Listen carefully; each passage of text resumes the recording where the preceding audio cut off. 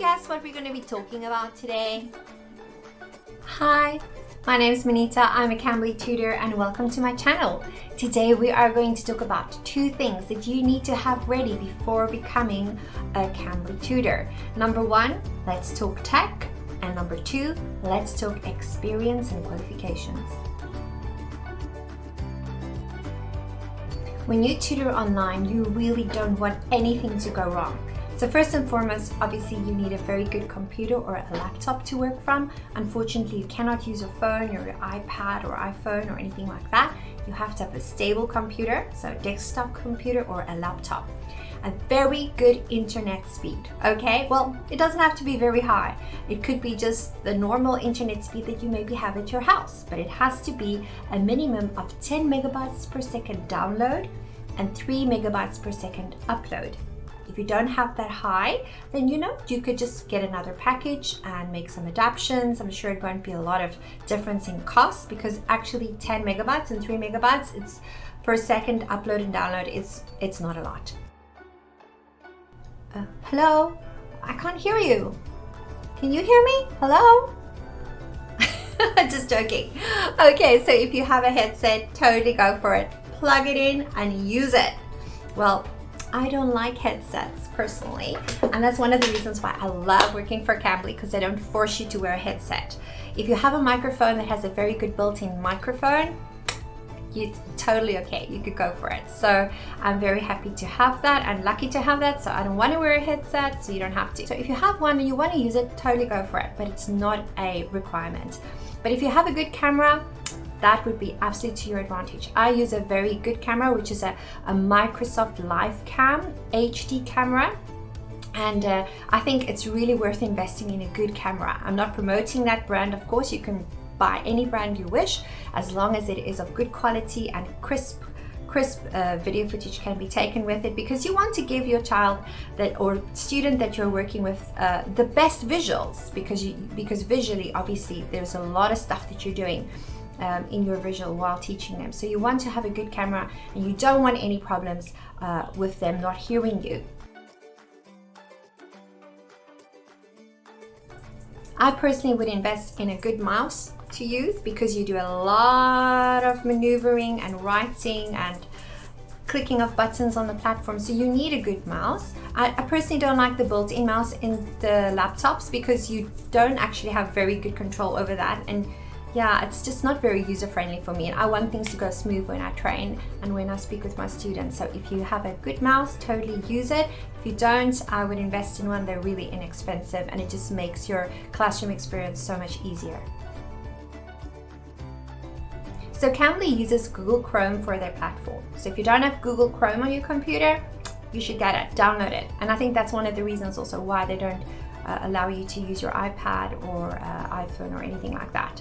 So get Google Chrome if you don't. Firefox, Edge, Explorer, all those things, that's not going to be good enough. You need to download Google Chrome. You should have a room or a corner in a room in your house or where you are during the day to obviously use that for your tutoring. So the room that I'm in is just another extra room in our house that I have taken a corner and changed it into part of my classroom. So it's really just a small space in your house that's needed. You don't have to have anything in the background. It can be a clean background. It should be neat though, very important. You can't have all your old washing lying in the background or loads and loads of books and totally disorder. As long as it looks neat, clean background is totally fine. I have this background because I also tutor a lot of kids, and my adults even don't seem to mind this background. So I don't actually change it if I speak to adults. They quite like it and it's never too childish. So absolutely, you can change your environments however you wish, but you can also keep it the same. You can stand if you wish, or you could sit. I prefer to sit because I do a lot of lessons during the day, and for me to stand the whole day is just not gonna work. So yeah, you can stand if you feel like you can be more vibrant and live out yourself more that way and be more active, and totally you can stand. Just make sure that the camera angle is in such a way that you could see your face and your midline body, that you're in good focus, and that your camera doesn't automatically zoom in and out as you move, so not a lot of movement would be recommended. You know, you can move around, but not too much because your camera will zoom. Okay, so yeah, I sit in a corner, I decorate it, I make it nice, you don't have to, and I am going to do a separate video all about decoration and props for use with Cambly kids as well. If you're interested in that, you better check it out, it's coming. Avoid a noisy area. I know that's not always possible because we live at home, we work at home. If you're an online tutor, you obviously work at home, most of you, I'm sure. I don't have control over an airplane flying over my house or a train going past because we live not far from a railway station. So you would push the mute button until the noise is gone or dealt with, and then just put it back on again. But please don't forget to switch it on, or because obviously the student won't hear you and they will tell you, I can't hear you. If you have pets, that could be a challenge.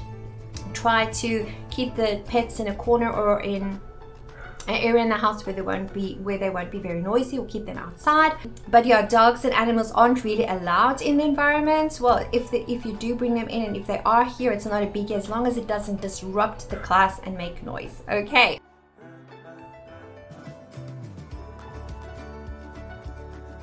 This to me is probably one of the cool reasons why I work for Cambly. They don't expect you to have any formal qualification or experience, and most of the other platforms do. So you don't have to have a bachelor's like many of the other platforms require. You also don't have to have experience, which I didn't have any of that, okay? And I'm really grateful for that because I wanted the opportunity, and they gave me that opportunity even though I didn't have these things. So if you don't have a bachelor's or formal qualification or online training experience, you could totally still apply and you could get in. If you do have a bachelor's, obviously it would be to your advantage. If you also have a teaching certificate, it would be to your advantage. If you want to work with Cambly kids, I would recommend you look into getting the online qualification, which is the TESOL or the TEFL, and you could just Google it. There are so many platforms online where you could actually do the training and get the qualification online. So you don't have to go out and get it formally at an institute or something. You could do it online, get your TESOL or TEFL, and that would obviously be to your advantage. But again, it's not a prerequisite. So if you can get it, get it. If you don't have it, still apply and see what happens. I think there are a few things that are important that you should have before you think about applying to become an online tutor. First and foremost, I think passion is very important. Passion about teaching and helping others. If you're not by nature a person that likes to help others or teach them something, then this would probably not be the best job for you. So be sure that you are someone that's passionate about teaching and showing others the way to do things, because you're going to be bombarded with a lot of students making mistakes, needing help, you know. So by nature, you should be a person who would like to help and just guide them in the right direction with regards to English and in conversation and all that. So you need to be a little bit tech savvy to know how to work the Cambly platform. Of course, you would know how to work on a computer, and I'm sure you do, otherwise you wouldn't be watching this video. But yeah, you need to know how to find your way around the computer. If there's a problem with your sound or your microphone or anything like that, you need to know where to go to settings, where to sort that out. And also on the Cambly platform itself, you need to know which buttons to push. Luckily on the Cambly platform, there's not a lot of buttons that you need to push. I've saw some other online training platforms it is so equipped with so many buttons and things you have to push. You kind of get lost in it all, and you can't focus on the training. It's a bit overwhelming. But with Cambly, you only have so many buttons to push, and all important buttons, of course, but your focus is on the student and not on pushing buttons all the time. But you will easily find your way around the platform. And there are videos also to explain how to use the platform, and it's very easy. You need to have patience and patience and patience.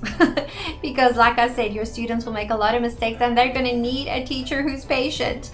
Maybe they're going to have to do the same thing over and over again, or say the same thing over and over again, or you're just going to have to sit and wait for them to actually try and say what they're trying to say without having all the correct words. So you really need to be patient with your student and give them enough time and space to say what they want to say and help them accordingly. be willing to share a little bit of yourself. Remember, your students are sharing a lot, so it's only fair that you would also maybe share a little bit. You don't have to share a lot, of course, but just share a little bit of your household, maybe your previous work. They always feel more open and relaxed to share, which then leads to talking, of course, if you are also willing to share a little bit. You don't have to share hectic stuff or anything very confidential unless you feel like it's safe to do that and you trust the person. But yes, just be willing to share a little bit of your life and of what you've experienced and your past and your family, as much as you feel comfortable to do. Keep things confidential and private. So don't go on social media and tell everybody that you have just met this awesome guy from France who is practicing to do the Ironman and he's gonna win, blah blah blah. Or you've talked to a celebrity and he's on his way to shoot a movie. And I suppose some stuff you can share, but try and keep things confidential and private, especially if they tell you that it's not something they want you to share, or you can see that they were hesitant to share it to begin with. Also, if you see something happen like verbal abuse or even physical abuse, which has happened, not to let that scare you off, but anything's happening, anything's possible, because these people are in their homes and they are also just experiencing life. Then it would be good to also just maybe submit a ticket to Cambly and let them maybe deal with that, or decide if they want to or how they're going to deal with it. Be a good listener. Somebody once said you have 2 ears and 1 mouth for a reason. You need to listen more than you speak. I really do believe that. I think you should create a lot of space for your students to speak as much as possible. This is their practicing ground as well. After all, they are on Cambly to practice and to improve their English. So give them lots of room to do that. If you are a talker like myself, you have to kind of remind yourself that you shouldn't talk too much. Sometimes I'm so comfortable with a person and we just start hitting it off and talking so nicely that I just kind of want to tell them my whole life. Not really, but you kind of feel like that. So be careful not to be the runaway train and actually take over the whole 30 minutes or 15 minutes or however the session is. So remember to give a lot of room and a lot of opportunity for them to speak, even if it is short sentences. Even if you have to give them the answer to a question and then just have them repeat it, and remind them that the Cambly platform is for them to practice and they should be comfortable to do so. Again, if you speak to a student like you've known them for a long time, which is really, I think, one of the main secrets, I think, of being a successful tutor, just being warm and talking to them as if they are so familiar to you, they tend to open up very easily. But you do get those people who are quite introvert and very quiet in nature and don't speak a lot. So you're gonna have to pull out all the stops and bring in those moments where they have to answer questions or take over a little bit more of the conversation. So that's a skill you learn to do as well. So yeah, give them a lot of space to speak. So of course there are many more attributes that I could mention. These are just a few that I thought was important and that I wanted to highlight for you.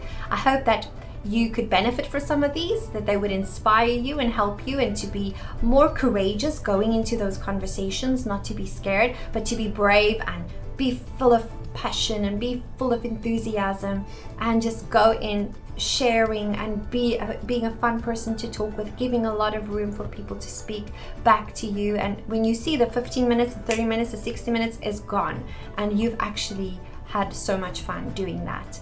So yeah, I hope you enjoyed this video. Please don't forget to like the video. Please don't forget to subscribe to my channel, and I look forward to seeing you again next time. Happy tutoring!